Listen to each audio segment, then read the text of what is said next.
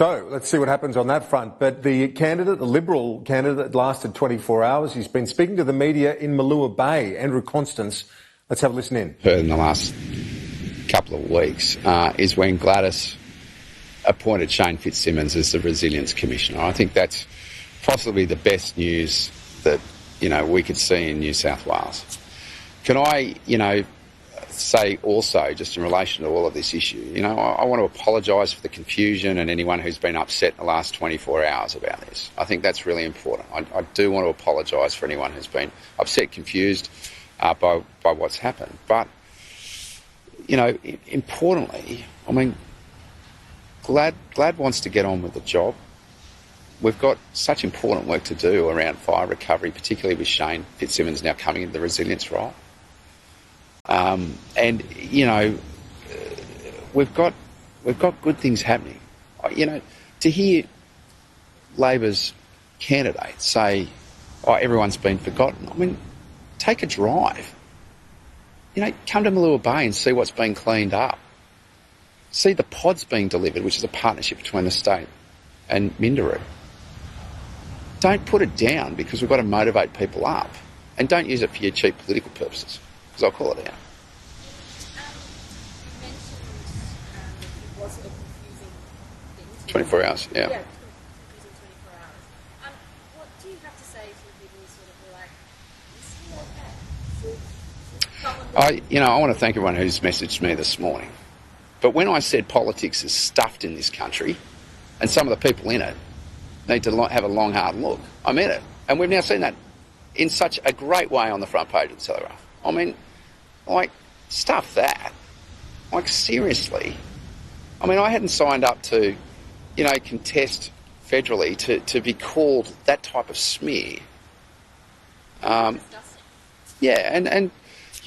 obviously, I don't believe John means it. I had that discussion with him. But, the point out of it is that it's in the paper. Labor will play games with it every day of the week, and that's not what our community needs at the moment. Do you feel undermined by your colleagues in this? I think, to be honest with you, I'd say this. It's important there's coalition unity in order to contest this by-election. And part of that is that it by rights, and I will stand by whoever's pre-selected, because I think, we have seen the benefit over the years. It wouldn't matter if it's Mike Kelly or Gary Nairn. If you've got a member in government, you can really turbocharge Eden Monero. And I'd say that to everybody. So whoever's successful, the Liberal Party pre-selection, I'm going to stand by them. But I also say this. I think people have had a gutful of this stuff. I've had a gutful of it. And, look, I know John didn't mean it, in that discussion I had with him today. But I just think, ultimately, where's this all benefit?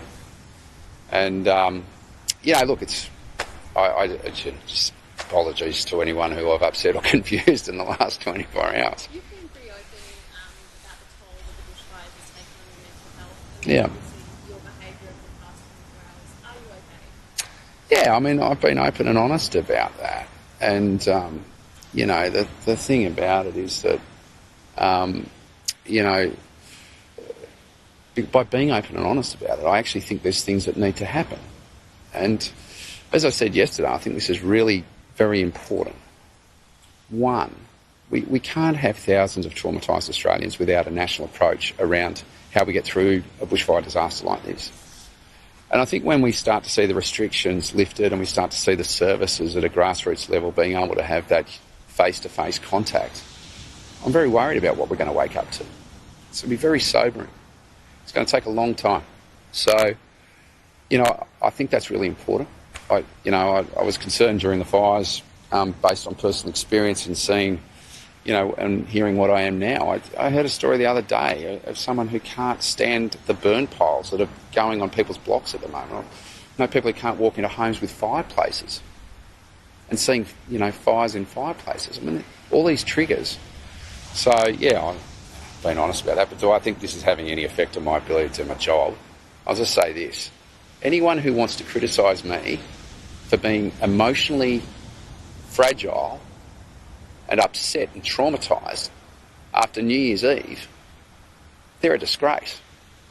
You know, I've seen it in writing, and I'll be saying to those people, wake up to yourself, because when people go out and do the right thing by each other and ask how they are, versus people trying to demonise me because I dared do that, because that was some sort of, weakness. That's not the type of strength you want in your politicians if, you know, they're going to allow people to do that and say that. You know, that's the problem. We're trying to destigmatise these things. And we've got, you know, big, strong people out there who think that it's okay to run around and play politics with it. Oh, I don't care. I just think it's silly. Was it only front page of the Yeah. Telegraph today? Yeah, because, yeah, absolutely. So I'd say to anybody who thinks otherwise, and any commentator who wants to speculate around this, very clearly, if you get called that on the front page of the paper heading into a neck-and-neck by-election, and that smears there, how can you bring about the unity and clarity to be able to deliver that? I mean, that type of white-handing doesn't just stop with that front page. It goes on and on. So, you know, look, let's be realistic about it. I mean, you can't sort of front up and you know, hand on heart say, yeah, everything's okay when... And I think, to be honest with you, I mean, as I said yesterday in reflection with John, I mean, we won't let any of this rubbish get between big mates, but it is very, you know, it's pretty poor. Yeah, absolutely, it's disappointing. It's humiliating. Pretty easy. We're mates, so it's just like, you know, I forgive him, but... Do mates call each other that, though? Not really. But, I mean, the thing about it is that we've cleared it up. I just think, ultimately, you know, politics needs good people to go into it moving forward. And when you see, you know, your name associated with that type of language on the front page of the paper, anyone thinking about entering politics, regardless of whether it's Liberal, Labor or anyone else, you know, they just think, why would I do that? And future for Andrew Constance, Well, I've got one thing. One thing that you know is important in all of this. You know, Glad's a pretty good premier to work for. Like, she's one of the best, and she's going to be there for a long time. So, you know, I did make it clear I wasn't going to contest 2023, and I've been honest about that. But we've got a lot of recovery work to do, which I want to zero in on. Obviously, as a senior minister in the government, continue to give that support to our premier and, most importantly, to the community in the state.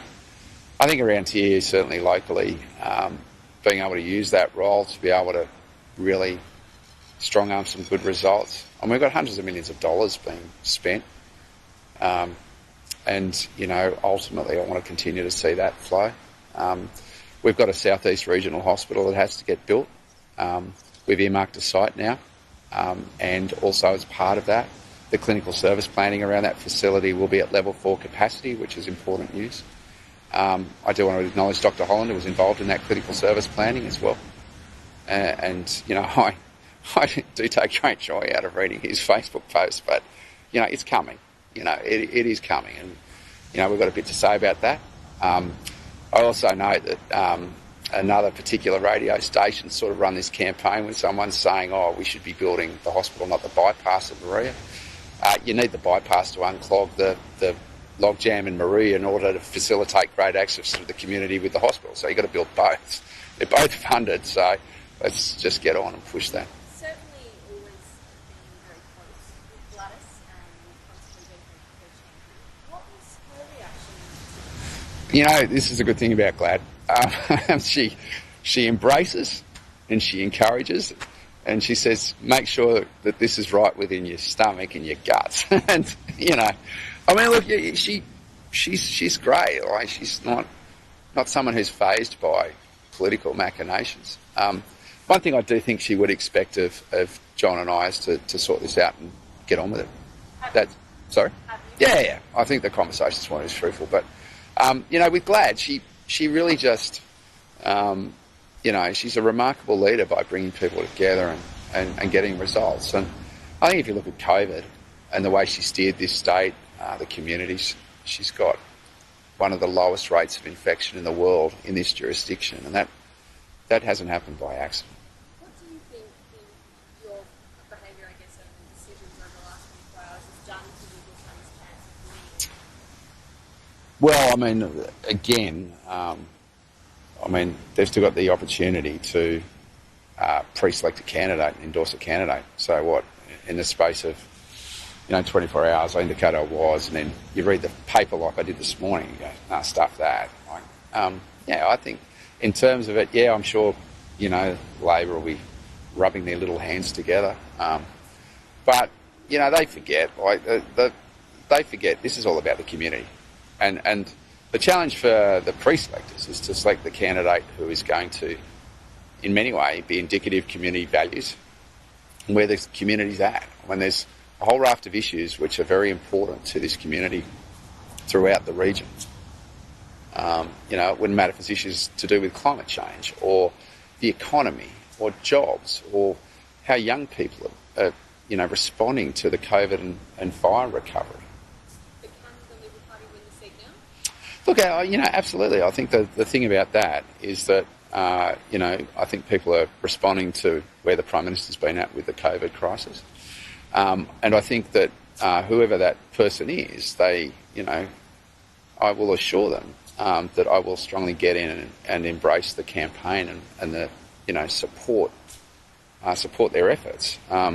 Because I do believe it important. And I would say this to the people of Eden Monero.